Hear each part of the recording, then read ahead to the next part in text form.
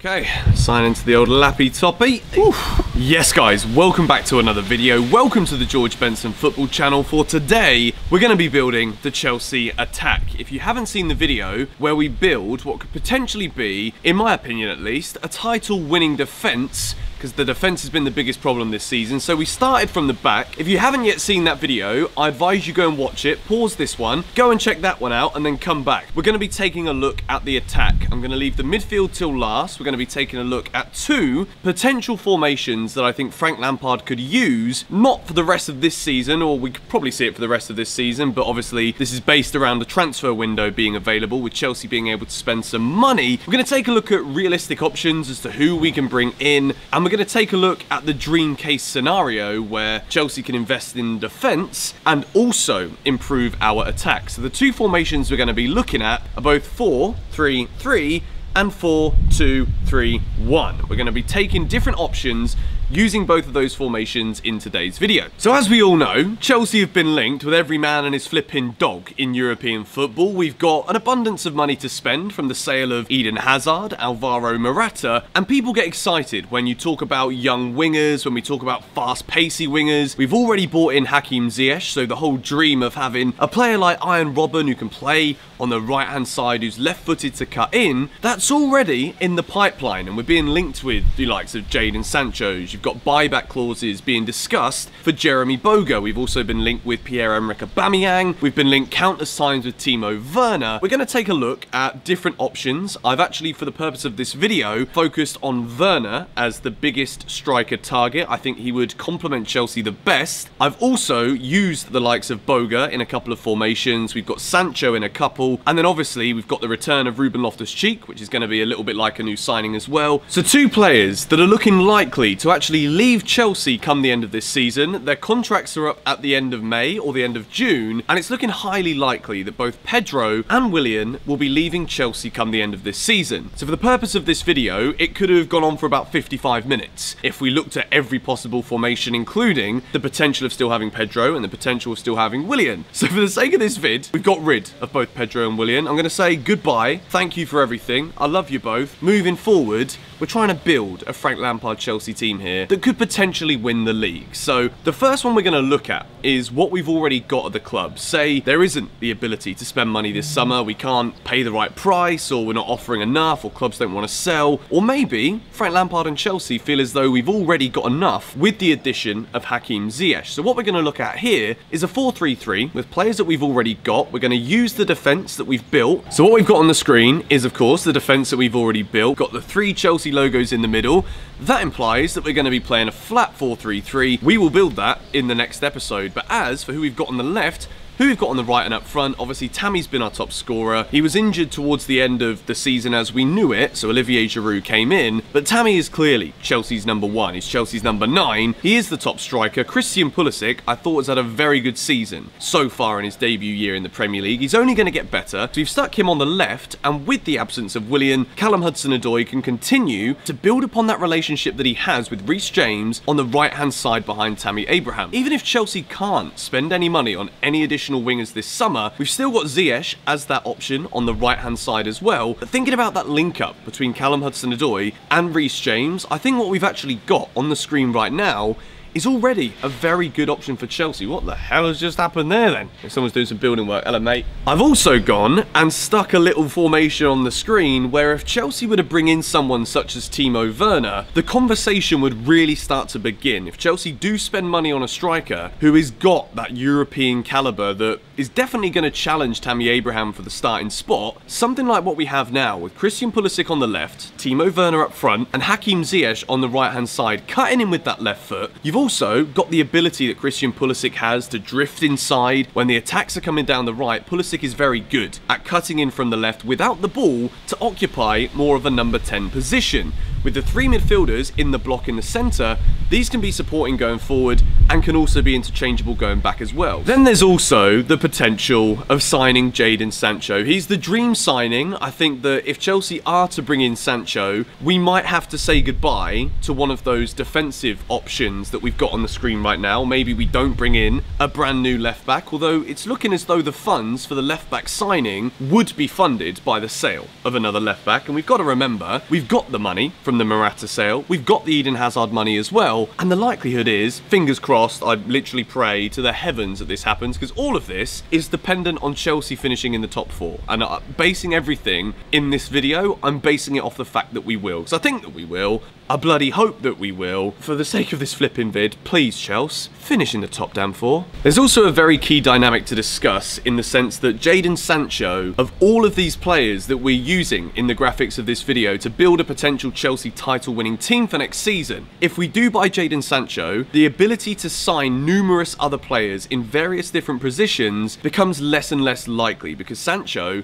on the market and in terms of his age and his value, and Dortmund know that all of the Premier League clubs are going to want to sign him, Jaden Sancho would be the biggest money signing. If we do sign Sancho, I think it would be very unlikely that we'd also bring in someone of the calibre of Timo Verner as a striker to compete with Tammy Abraham. I just don't think that Chelsea will be investing that heavily going forward compared to what we could potentially do in terms of assuring that defence to make sure we don't leak as many goals and building a team from the back, which is the way that Chelsea built their successes ever since Roman Abramovich came in. We bought Didier Drogba. He was that man that just ticked all the boxes for a good 8 years. We had wingers coming and going. We had Robben coming in, Duff was there, and then he went, Robben left. We did make signings. Jaden Sancho is so expensive, and I don't want us all to get carried away. I know that what I'm putting on the screen right now, what we're talking about today, there is a lot of like super idealistic moves that are on the screen. Chelsea do have money to spend. That is an absolute guarantee. But I don't think we're going to be as frugal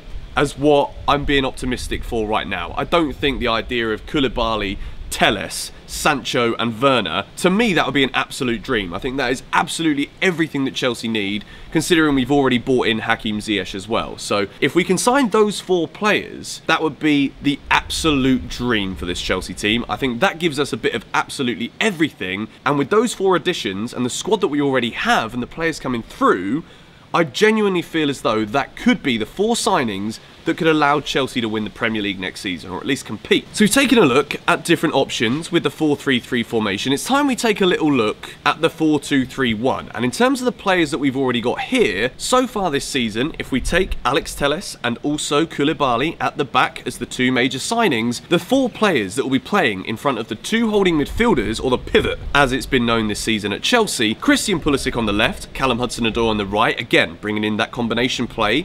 With Reece James, you got Mason Mount or Ruben Loftus-Cheek. Those 2 could both be playing in that position in the number 10 role, with Tammy Abraham as the striker. I think the biggest thing we've seen this season in Mason Mount's game is his ability to press. We know that he's got a decent shot on him when he lets go. He's not afraid to let go. I think it's something that he still needs to work on in terms of the quality, but Mason Mount is always pressing the defenders. Christian Pulisic, at his very best, can have interchangeable play with Mason Mount. Sometimes we'll see Pulisic drift inside, meaning that Mount can go out to the left, and this is going to give defences in the Premier League a little bit of a headache. We've seen it at times this season, but not enough due to injuries and different options being available. I think this is something that Frank Lampard could definitely go with. Again, this is the scenario where Chelsea don't invest that much money going forward, and we really do focus on the defence. Looking at what we've got on the screen, I'm not sure if this is going to be good enough consistently. Obviously, we've got Ziyech in there as well. We can stick him on the right, interchange with Hudson-Odoi across on the left, or the right as well. I don't know if this is going to have enough depth in order for Chelsea to challenge for the title. All it would take is 1 injury. Then we're going to be asking the players on the screen right now to be playing in multiple competitions week in, week out. So for that reason, we need to start improving once again on this 4-2-3-1 formation by bringing in some potential signings. Now obviously with Ziyech already signed, the obvious one in terms of value for money would be Jeremy Boga. Now something that I would love to see is Jeremy Boga on the left. He's got that explosive pace, he's got the ability to dribble past players. I'm going to compare him slightly to Eden Hazard in that sense, someone who's not afraid to take anybody on. Let's just say that for the sake of this video. We've also got someone in the number 10, be it Ruben or Mason Mount, or maybe even Pulisic as well. We could have Pulisic in the number 10, Jeremy Boga on the left wing, with Hakim Ziyech or Callum Hudson-Odoi, or even Pulisic on the right-hand side with Tammy Abraham up front. I think one of the best things about this Chelsea squad that we already have is the interchangeability with some of our players, particularly Ruben Loftus-Cheek, who can play in more of a deeper role if we need him to. He's very good going forward as well. He can carry the ball forwards. You've got Pulisic, who can play on the left, not so effective on the right, but he's also very good in the middle of the park, playing in that number 10, where he's got the space to roam, and he's got that free ability to get into the box to support Tammy Abraham. Callum Hudson-Odoi started his career at Chelsea on the left, but we've seen him link up so well with Reece James that for the majority of the purpose of this video, I'm trying to build that chemistry. I'm trying to utilise what we've already got there to see that build and develop between Reece James and Callum Hudson-Odoi in a Chelsea shirt. So I'm going to say this now because I know there have been so many different potential formations, and well, not really formations, there's been so many different potential personnel within this video. I want you guys to screenshot the second and the minute and actually put it in the comments down below. So if it was like 9 minutes 43 and the team that was on the screen is your dream Chelsea lineup, let me know with a comment if you think it was possible. Put the little timestamp in the comments with it and I can take a look through and see what you guys think. Obviously, there are so many options of players that Chelsea could sign. I'm only really going at this point with players that there have been any kind of links with. We could take a little look at a team with Hakim Ziyech on the right-hand side, cutting in Ruben Loftus-Cheek. We have that physicality there in the number 10, with Christian Pulisic on the left and Timo Verner up front. Now, if Chelsea are not going to break the bank for Sancho, surely, with Timo Verner supposedly flirting with a move to the Premier League this summer, surely, in terms of a striker, be it a backup to Tammy or competition for Tammy, at this stage, I would say that Werner is more of a complete striker than Tammy Abraham, so he could come in and be Chelsea's starting striker. Timo Werner up front for Chelsea is something that I would absolutely love to see. I think in terms of being one of Europe's top marksmen this season before hit the fan, Timo Werner's been right up there for Leipzig. He's had an absolutely brilliant season. He's been linked with Chelsea. He's also been linked with Liverpool.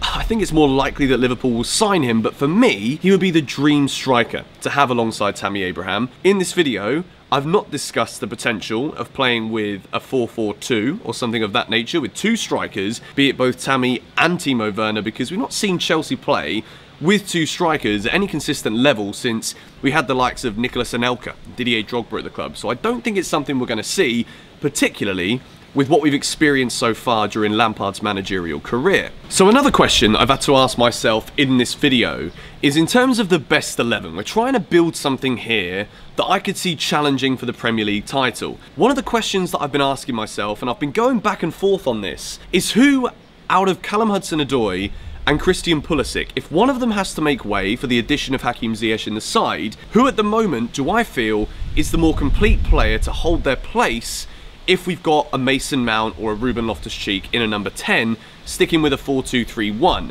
Having thought about this, I think Christian Pulisic is actually further in his development right now than Hudson-Odoi. Yes, he's got a couple of extra years on him, but in terms of the performances we've seen this season, which at the moment is the main thing we need to go by, Christian Pulisic, he's come out and said that he's fully fit. When the season's ready to restart, Pulisic will be ready, and I'm sure he's going to have a very explosive end to the season at Chelsea, which for me is going to set him up to be ahead of Callum Hudson-Odoi in the pecking order come the start of next season. Whether we bring in additional wingers or additional number 10s or additional strikers or not, I think at this moment, Christian Pulisic is actually at a level where he will be preferred to Callum Hudson-Odoi, and Hudson-Odoi is going to have to play his way back in through training, through his opportunities that he's given. We're going to need to see him take more risks. This season, it's not been as easy for Callum, and I think that a lot of people have given him stick on social media. A lot of big media as well have given Callum Hudson-Odoi stick, but what we've got to remember is he had a very serious injury at an extremely young age. Christian Pulisic, he's had little niggle injuries all season, and there's been moments where he has missed large portions, and it seems like flipping ages ago since we saw Christian Pulisic play, but until he got injured, I felt as though he was starting to come into some serious form. That kind of goal scorer, that kind of person who would interchange with the number 10 if he's on the wing and he can come in and drift in the box supporting the striker. We were starting to see those little elements of Pulisic's game before he got injured, and right now, if Chelsea are not going to bring in any additional wingers, or maybe we bring in Boga as like a second winger as backup if we're going to lose Pedro and Willian, I think Christian Pulisic on the left is something we're more likely to see if Ziyech is on the right and Ruben or Mount in the middle. So that being said, I'm going to leave this formation on the screen for the end of this video. Hakim Ziyech has already been bought in. We can't start disregarding him just because we might want to sign Jaden Sancho or somebody else for the wing. What I've left on the screen right now, with Kepa in goal, you've got the Koulibaly-Tomori partnership, you've got Alex Telles on the left, Reece James on the right, with Tammy Abraham up front, Christian Pulisic on the left-hand side, Ruben in the number 10, that could easily be Mason Mount as well. Ruben's still going to need a lot more minutes to get ready for the sharpness of the Premier League and other competitions, with Ziyech on the right. For me, I think this is the most likely starting formation that we could see with Chelsea next season, and when I'm using this and when I'm saying this, I'm saying it because I think Chelsea are definitely going to prioritise improving the back line this summer. I think moving into the video that we do probably on Saturday or Sunday, where we build the rest of this team, signing some midfielders potentially, or just using the abundance that we have, little clue there potentially as to what that's going to be, what I think is on the screen right now, I think could be good enough to challenge. I think maybe another winger of higher quality potentially. I don't think we need any more number 10s. Pulisic can do it, Mount can do it, Ruben can do it, maybe a striker as well, maybe a Verner like we've mentioned many times in this video, Osimhen, who's also been linked with from Lille. There is potential in this Chelsea team. There's a lot of interchangeability. There's a lot of players with different qualities to be able to play different positions depending on the opposition. So I think that what we have already at the football club with the addition of Hakim Ziyech are players that can definitely offer us different things, be it 4-2-3-1, 4-3-3. Maybe we want to try something with two strikers if we do bring in somebody like a Werner or an Osimhen. I don't really know. I've been spending hours racking my brains thinking about what I think's realistic, what I think might actually happen, what's likely, and if nothing happens, what could be at Chelsea this summer. I would love to know what you guys think in the comments down below. Like I mentioned earlier with the little idea about putting the timestamp and then letting me know why you think that would be the best starting 11 for Chelsea to start challenging under Frank Lampard for the title. Let me know in the comments down below what you think. I really have no idea where Chelsea are going to prioritise their money this summer. Will we even bring in anyone additional? Will we even lose both Pedro or Willian? I don't know. It's almost impossible to think about at this point, but let me know what you think of this in the comments down below. There have been so many little ideas spewed out there today within this video, so just let me know what you think. Let me know what your thoughts are on probably the most likely starting 11 for Chelsea next season, depending on where we spend our money. Subscribe to the George Benson Football channel if you haven't already. I don't think I've stopped talking. I don't think I've breathed for about 20 flipping minutes. Gonna go and do a little bit of that now. See you all later. Bye-bye.